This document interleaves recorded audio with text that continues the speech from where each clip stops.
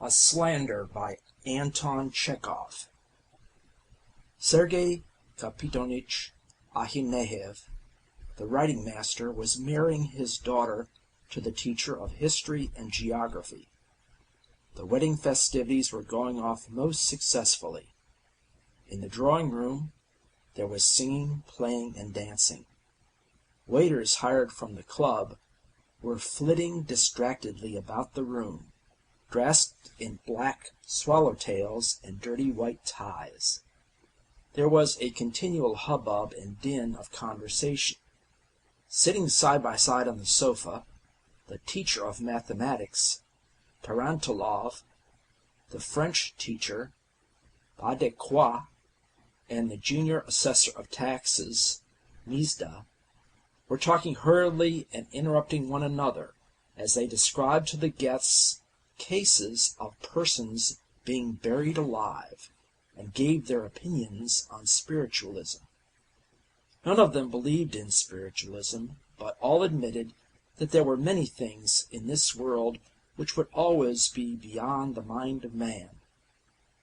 In the next room the literature master, Dodonsky, was explaining to the visitors the cases in which a sentry has the right to fire on passers-by. The subjects, as you perceive, were alarming, but very agreeable. Persons whose social position precluded them from entering were looking in at the windows from the yard. Just at midnight, the master of the house went into the kitchen to see whether everything was ready for supper.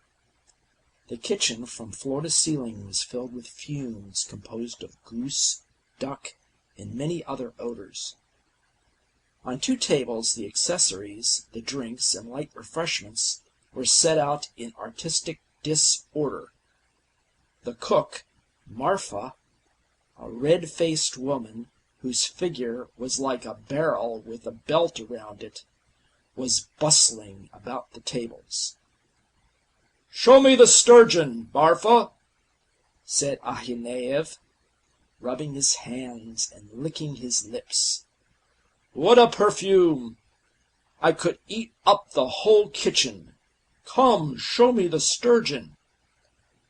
Marfa went up to one of the benches and cautiously lifted a piece of greasy newspaper. Under the paper, on an immense dish, there reposed a huge sturgeon, masked in jelly, and decorated with capers, olives, and carrots. Ahineev gazed at the sturgeon and gasped. His face beamed. He turned his eyes up. He bent down, and with his lips emitted the sound of an ungreased wheel. After standing a moment, he snapped his fingers with delight, and once more smacked his lips. "Aha! The sound of a passionate kiss! Who is it you're kissing out there, little Marfa?" came a voice from the next room, and in the doorway there appeared the cropped head of the assistant usher, Vankin. "Who is it? Aha! Delighted to meet you, Sergei Kapitonich. You're a fine grandfather, I must say." "Tete-a-tete with the fair sextet." "I'm not kissing," said Ahineev in confusion. "Who told you so, you fool? I smacked my lips, in reference to, as an indication of, pleasure, at the sight of the fish." "Tell that to the Marines." The intrusive face vanished, wearing a broad grin. Ahineev flushed. "Hang it," he thought. "The beast will go now and talk scandal. He'll disgrace me to all the town, the brute." Ahineev went timidly into the drawing-room and looked stealthily round for Vankin. Vankin was standing by the piano, and bending down with a jaunty air, was whispering something to the inspector's sister-in-law. who was laughing. "Talking about me," thought Ahineev. "About me! Blast him! And she believes it! Believes it! She laughs! Mercy on us! No, I can't let it pass. I can't. I must do something to prevent this being believed. I'll speak to them all, and he'll be shown up for a fool and a gossip." Ahineev scratched his head, and, still overcome with embarrassment, went up to Pas de Quoi. "I've just been in the kitchen to see after the supper," he said to the Frenchman. "I know you are fond of fish, and I've a sturgeon, my dear fellow, beyond everything. 1.5 yards long! Ha, ha, ha!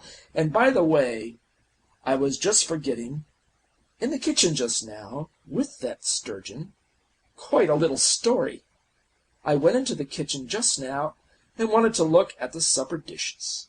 I looked at the sturgeon, and I smacked my lips with relish at the piquancy of it. And at the very moment that fool Vankin came in and said, 'Ha, ha, ha! So you're kissing here, kissing Marfa the cook! What a thing to imagine, silly fool! The woman is a perfect fright, like all the beasts put together, and he talks about kissing! Queer fish!' 'Who's a queer fish?' asked Tarantulov, coming up. 'Why, he over there, Vankin. I went into the kitchen, and he told the story of Vankin. He amused me, queer fish. I'd rather kiss a dog than Marfa, if you ask me,' added Vahinev. He looked round and saw behind him Mizda. 'We were talking of Vankin,' he said. 'Queer fish he is. He went into the kitchen, saw me beside Marfa, and began inventing all sorts of silly stories. "Why are you kissing?" he says. "He must have had a drop too much." "And I'd rather kiss a turkey cock than Marfa," I said. "And I have a wife of my own, you fool," said I. He did amuse me. "Who amused you?" asked the priest who taught scripture at the school, going up to Ahineev. "Vankin. I was standing in the kitchen, you know, looking at the sturgeon." And so on. Within half an hour or so all the guests knew the incident of the sturgeon and Vankin. "Let him tell away now," thought Ahineev, rubbing his hands. "Let him. He'll begin telling you his story, and they'll say to him at once, 'Enough of your improbable nonsense, you fool. We know all about it.'" And Ahineev was so relieved that in his joy he drank 4 glasses too many. After escorting the young people to their room, he went to bed and slept like an innocent babe. And next day he thought no more of the incident with the sturgeon. But alas! Man proposes, but God disposes. An evil tongue did its evil work, and Ahineev's strategy was of no avail. Just a week later, to be precise, on Wednesday after the 3rd lesson, when Ahineev was standing in the middle of the teacher's room, holding forth on the vicious propensities of a boy called Vizakin, the headmaster went up to him and drew him aside. "Look here, Sergei Kapitonich," said the headmaster, "you must excuse me.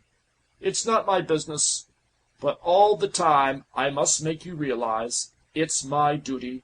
You see, there are rumors that you are romancing with that cook.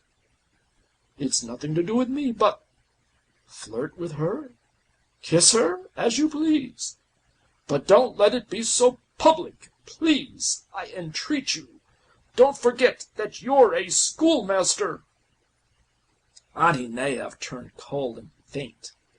He went home like a man stung by a whole swarm of bees, like a man scalded with boiling water. As he walked home, It seemed to him that the whole town was looking at him, as though he were smeared with pitch. At home, fresh trouble awaited him. "Why aren't you gobbling up your food as usual?" his wife asked him at dinner. "Why are you so pensive about it? Brooding over your amours?